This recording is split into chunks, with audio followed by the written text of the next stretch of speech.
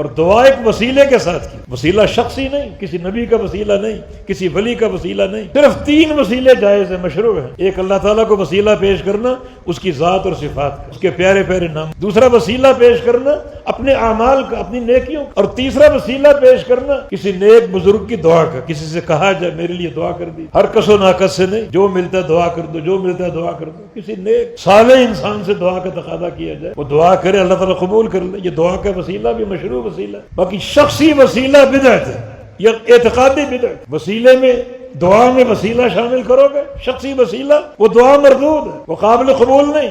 شخصی وسیلہ بدعت ہے۔ کتاب و سنت میں ہزاروں دعائیں ہیں، کسی ایک دعا میں بھی وسیلہ ثابت نہیں، وسیلہ منقول نہیں۔ یہ بات غلط ہے، اللہ ہماری سنتا نہیں، اور ان کے واسطے سے رد نہیں کرے گا، یہ بات غلط ہے، یہ آپ کی بناوٹی بات ہے، اس کا کتاب و سنت سے کوئی تعلق نہیں۔ اللہ ہر دعا کو سنتا ہے۔ اللہ نے سلیمان علیہ السلام کے دور میں مکھی کی دعا نہیں سنی، پوری کائنات کو بچا لیا قحط سالی سے، مکھی کی دعا قبول کر۔ اور دعا کیا تھی؟ اللہم انا خلق من خلقک ولیس بنا غنى عن سقیاک۔ مکھی کی دعا، اس کی توحید دیکھو، چھوٹا سا اس کا سر، چونٹی کی دعا، چھوٹا سا سر ہے اس کا، اس سر میں کوئی دماغ ہے یعنی ہم نہیں جانتے، مگر اس کا عقیدہ دیکھو، یعنی توحید فطری عقیدہ، ایک جانور کو معلوم نہیں، معلوم تو انسان کو نہیں۔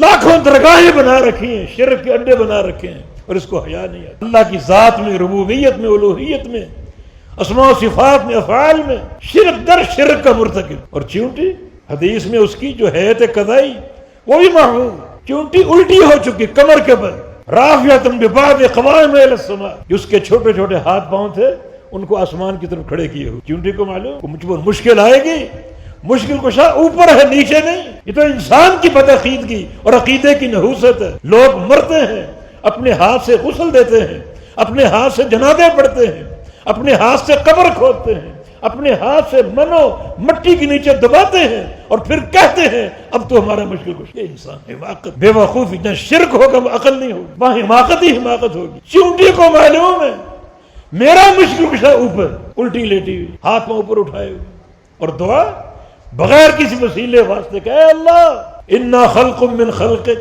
ہم تیری مخلوق ہیں، تو نے پیدا کیا ہمیں، تو ہمارا خالق ہے، اور کوئی خالق نہیں، کوئی درگاہ والا نہیں، کوئی آستانے والا نہیں، تو ہمارا خالق ہے۔ ولیس بنا غنى عن سقیاک، ہمیں پانی چاہیے، پانی کی ضرورت، ہمیں پانی عطا فرما۔ یہ مانگنے کا انداز، اللہ کا فوری فیصلہ ہو گیا۔ سلیمان علیہ السلام جانوروں کی بولی جانتے تھے، فرمایا ارجعوا، لوٹ چلو، اپنے گھروں کو لوٹ چلو، لقد سقیتم بدعوۃ غیرکم، تم سے پہلے چونٹی دعا کر چکی اور اللہ قبول کر چکا۔ اتنی موسلا دھار بارش ہوگی، گھروں میں پہنچ نہیں سکو گی، راستے بند ہونے کے بھاگو گھروں کی۔ ایک چونٹی، یہ حقیر سی مخلوق، اللہ نے اس کی دعا قبول کر لی۔